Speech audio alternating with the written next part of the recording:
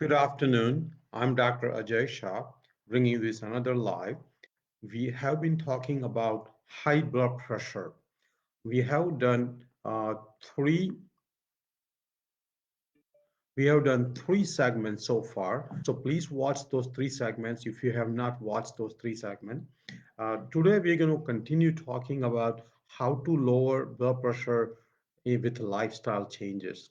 Uh, we covered initially lifestyle changes, which included losing weight, bringing body mass index down to 25 and preferably even below 22. So losing weight, cutting down on the caffeine, cutting down on the alcohol, and cutting down on the salt. So we talked about all those things in the last episode. Today we're going to further extend. There are multiple ways actually you can lower your blood pressure with lifestyle changes, and we will cover them over the next 2 or 3 days.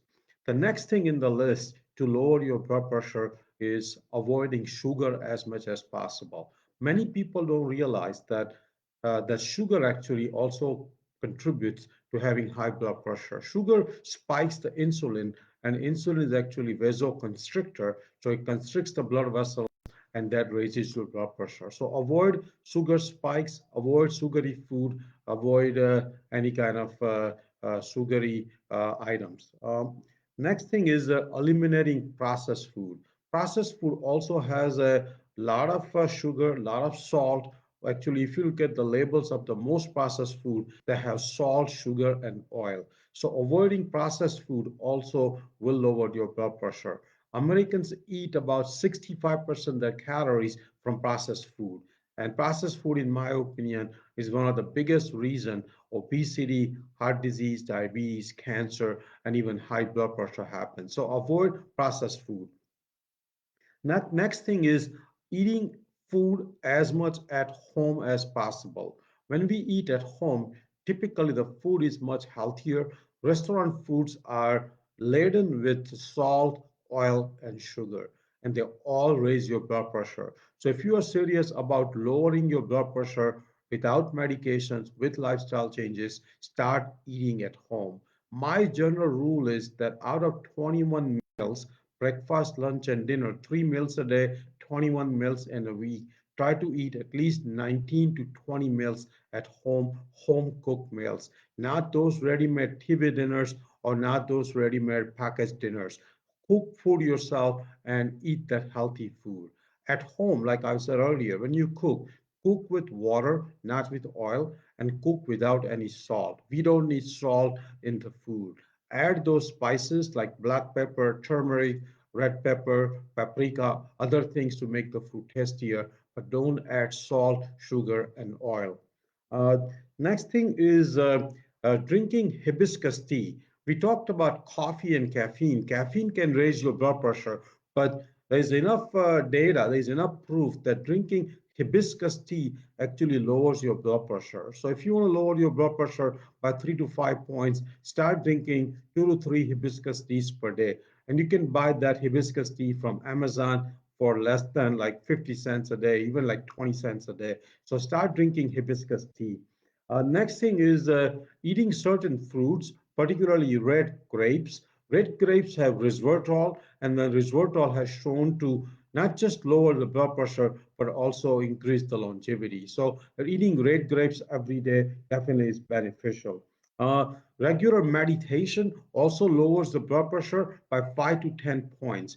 We don't appreciate the benefits of meditation because the benefits many times are not realized while we are just done with the meditation. But meditation definitely lowers the blood pressure, improves the cognition, improves the sleep, lowers the stress, and all those things actually plays in high blood pressure. So try to do meditation at least 10 to 15 minutes once or twice a day. Even if you are able to do 5 minutes of meditation, that's adequate to lower the blood pressure. And meditation doesn't have to be a very fancy technique. You can just close your eyes, observe your breath going through the nose in a slow fashion. So I do it routinely, observing breath, doing some meditation, and you can just do it by closing your eyes and observing your breath through the nose. Matter of fact, closing eyes itself is a form of meditation. our eyes are the biggest reason we get stimulation from the world. If you close your eyes, you automatically go into meditative state. So even at work, even at home, every hour, try to close your eyes 3 to 5 minutes. And when you close your eyes, outside stimulation goes away. You start feeling meditative, and your blood pressure starts to go down. Next thing is regular exercise. Exercise plays a large role in lowering blood pressure. I always tell my patients that if you want to lower your blood pressure naturally without any medication, start with simple walking 15 to 30 minutes every day. Eventually build up to 30 to 60 minutes of walking every day. If you can jog or run, that would be even better, but walking is adequate. Also, doing some kind of stretches and yoga will also help to lower the blood pressure. So, again, regular exercise will lower the blood pressure. Uh, Next thing we talked about it earlier, but smoking definitely needs to go. People who smoke, they're very high chance of having high blood pressure. Nicotine in the cigarettes is one of the biggest stimulant for vasoconstriction, means constricting the blood vessels, and that raises your blood pressure. So definitely quitting smoking and also avoiding secondhand smoking will lower your blood pressure. Next thing is stress management. Very important. You manage stress well. I have a separate video on YouTube how to manage stress, how to be happy. Please watch that video. And lowering stress in your life will definitely lower your blood pressure. Stress management is very tricky because we all need a very small amount of stress in life to be successful, to be proactive. But that stress cannot be distress. I call it eustress. If you have a eustress in life, that's good. But if you have a distress in life, that's very harmful and very detrimental to your health. Next thing is sleep. Regular sleep is very important in terms of lowering your blood pressure. I highly recommend 7 to 8 hours of sleep, and try to have the best sleep possible by increasing your REM sleep and increasing your deep sleep. I have a separate video on YouTube how to improve sleep, how to increase your hours of sleep, how to fall asleep right away as soon as you hit the bed. And please watch that video. People who sleep 7 to 8 hours and a very restful sleep, they have a lower blood pressure. So regular sleep is very important. Staying up late night watching Netflix, watching TV definitely is not good to for your high blood pressure. So if you get up the blood pressure medicine, have regular sleeping hour, sleep 7 to 8 hours. Next thing is sleep apnea. America is getting obese. Obesity is about 43% in America. 43% of Americans are obese. And once obesity starts, sleep apnea becomes a major issue. Sleep apnea is a condition where a person stops breathing during the sleep. Typically, they have snoring episodes, and during the snoring episode, they'll have a pause in the breathing. And during the sleep apnea, oxygen level goes down, and when oxygen level goes down, it increases your adrenaline level, and that spikes your blood pressure. Sleep apnea is very detrimental to your health. Sleep apnea should be diagnosed, sleep apnea should be treated, and sleep apnea should be reversed by losing weight. So again, if you feel that you have a sleep apnea, if your spouse, if your loved one, if your friend tells you that you snore at night and you have a pause in your breathing, diagnose the sleep apnea and start treating by wearing a CPAP. I tell many of my patients that if you have sleep apnea and if you don't use CPAP, then blood pressure will never come down. So actually, sleep apnea is one of the hidden reason for blood pressure not coming down. So if you think you have sleep apnea, please get treatment. Please reverse it by losing weight. Next thing is eating soluble fiber. We don't realize, but we typically don't eat that much fiber in our diet. American diet actually has less than 10 gram of fiber in most Americans, and recommended number is at least 35 gram of fiber. When we eat high fiber diet, blood pressure comes down. So start eating more vegetables, more fruits, more intact grains, less animal products, and that will lower your blood pressure. Um, Flaxseed also has shown to lower the blood pressure. So regular 1 to 2 tablespoons of flaxseed will lower your blood pressure. 1 to 2 tablespoons of flaxseed will lower your blood pressure. Regular consumption of walnuts and other omega-3 nuts also has shown to lower the blood pressure. Uh, uh, if you are if you are okay to take fish oil, taking fish oil supplements also will lower your blood pressure. You can also get omega-3 and DHEA from the vegan supplement, which is algae based, and that will lower your blood pressure. Uh, Definitely eating more vegetables and fruits will lower your blood pressure because vegetables and fruits provide potassium, and potassium is shown to lower the blood pressure.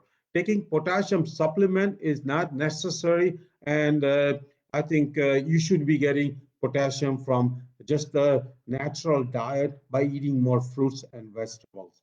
Um, Avoiding animal products because most animal products are laden with salt, with saturated fat, and they all can raise your blood pressure. So avoiding animal products as much as possible. I actually generally recommend to be vegan. I'm myself a vegan, but if you cannot become vegan, then at least lower your animal products by no more than 10% of your calories from the diet from the animal products. And animal products include red meat, chicken, fish, dairy, and many other things. People don't realize that cheese is one of the major source of salt. Cheese is a major source of salt. A lot of time when people go out to eat, they have cheese in their dinner, in the lunch. People who have pizza with cheese, the blood pressure spikes next day. So avoiding cheese is also very important if you want to lower your blood pressure. Um, Increasing parasympathetic tone. Parasympathetic tone is the one where vagus nerve is an important nerve in the body, and when vagus nerve is stimulated, parasympathetic tone goes up, and that lowers your blood pressure. I have a separate video on YouTube on my channel. Please watch a video on how to increase parasympathetic tone. Um, we already talked about sugar. Avoid sugar as much as possible. Regular taking vitamin D is very important. Vitamin D level above 40 has shown to lower the blood pressure. So please check your vitamin D level. Start taking vitamin D supplements regularly. I take vitamin D 50,000 unit once a week.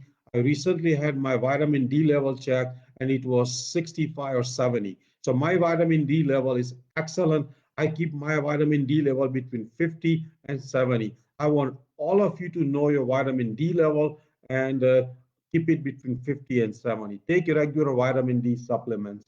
Um, if you have diabetes, treat the diabetes because when the sugar is high in the blood, insulin spikes and that increases your blood pressure. So if you are diabetic, treat the diabetes, bring down the A1C and reverse the diabetes. Again, I have a separate video on diabetes, very extensive, comprehensive video on diabetes.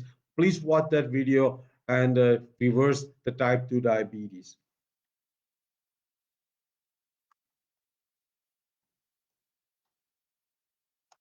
So I'm going to end here. We have a lot more things to cover on lifestyle changes in terms of lowering the blood pressure. So this was episode number 4 on high blood pressure. Please watch all 4. In last episode, we covered certain things to lower the blood pressure with lifestyle changes. Today, we covered another 8 or 10 items. There are 15, 20 more items I'll be discussing over next 2 days. So please stay tuned. I will be doing another episode tonight at probably around 9 p.m. Today's episode will be on YouTube, so watch it again and again. Have your comments and questions, and I will answer the questions. There was a one question yesterday: the why to measure blood pressure on the right arm.